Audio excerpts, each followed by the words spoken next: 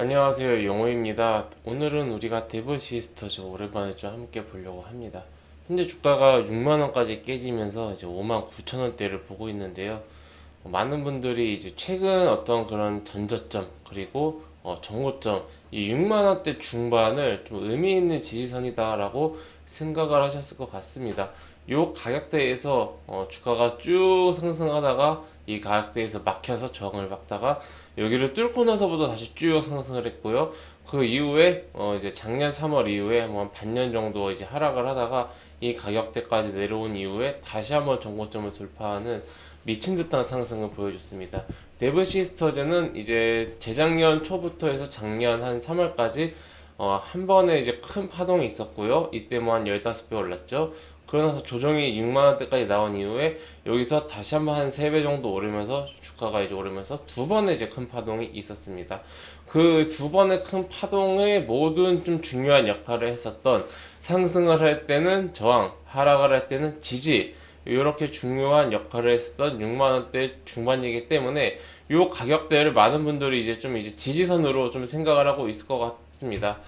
보시면요, 실제로 이제 1월 말 그리고 2월 초, 2월 중순까지만 하더라도 이 6만원대 이 중반이 의미 있는 지지 라인으로 계속해서 이제 유지가 됐습니다. 그래서 어느 정도 실적이 좀 예상만큼 나왔다라면은 이 가격대를 좀 유지했을 가능성이 높은데 실적이 예상치보다 좀 많이 떨어졌습니다. 이번에 나온 실적이 영업이익이 한 500 얼마 정도 한번 정확하게 좀 체크를 해보면요, 영업이익이 한 563억 정도, 당기순이익이 496억 정도. 그러니까 영업이익 약 560억, 당기순이익 약 500억 이 정도로 좀 이제 우리가 볼 수가 있는데, 요 정도 실적은 지금 많은 증권사들이 좀 예상했었던 그런 수치보다 한참 이제 하회하는 그 정도 이제 수치가 나와버렸습니다. 우리가 3분기까지만 해도 영업이익이 500억이었고 영업이익이 순이익이 이제 420억이었기 때문에 요 정도 기세면은 그래도 한 영업이익이 한 6, 700억 이상은 나오지 않겠나 요 정도로 좀 이제 추론을 해볼 수 있는데 한참 미치지 못하는, 그러니까 1, 2, 3분기 때 번 돈에 비해서 4분기가 어떻게 보면은 게임주의 성수기에도 불구하고 좀 이제 많이 이제 좀 저조한 모습을 보여줬죠. 데브 시스터즈 입장에서는 우리뿐만 아니라 많은 게임사들이 좀 작년 실적이 부진하지 않았느냐, 그런 좀 이제 그 억울한 측면을 보여줄 수도 있겠습니다만은 데브 시스터즈는 수년 동안 계속되는 적자의 연속 속에서 오랜만에 흑자 전환을 하는 거였고, 이번에 주가가 뭐 15배, 20배 상승을 하면서 기대를 모았었던 것은 쿠키런의 부활, 아니 부활이 아니라 뭐 제1의 전성기라고 불려도 될 만큼 엄청난 흔행몰이를 했기 때문입니다. 그래서 그에 따라서 어느 정도 이제 기대치가 높아졌었고 주가도 그에 맞춰서 올라갔는데, 이게 문제가 뭐냐면요, 이 쿠키런이라는 IP 자체 원 게임 리스크, 이 게임 하나가 인기가 있으면은 잘 되는 거고 이 게임 하나가 인기가 떨어지면은 회사 자체가 흔들리는 이러한 모습을 보여줄 수 있기 때문에 많은 게임사들이 다양한 포트폴리오를 구성하지 않고 이제 하나의 게임에 의존하는 할 경우에는 상당한 디스카운트 요소가 됩니다. 크래프톤 역시 우리나라 지금 최고의 어떤 그런 게임사로서 자리 잡고 시가총액도 1위지만은 이 배틀그라운드라는 이 원게임 리스크를 피해가지 못했죠. 크래프톤도 상장한 이후에 이제 어떻게 보면은 상장가가 이제 49만 8천 원이었는데 그 가격대를 한 번 정도만 이제 상승해서 뚫고 계속해서 하회하였고 지금 뭐 거의 뭐 반값 할인 정도 하고 있는 이런 상황입니다. 이만큼 원게임 리스크에 대한 그 리스크는 굉장히 크고요.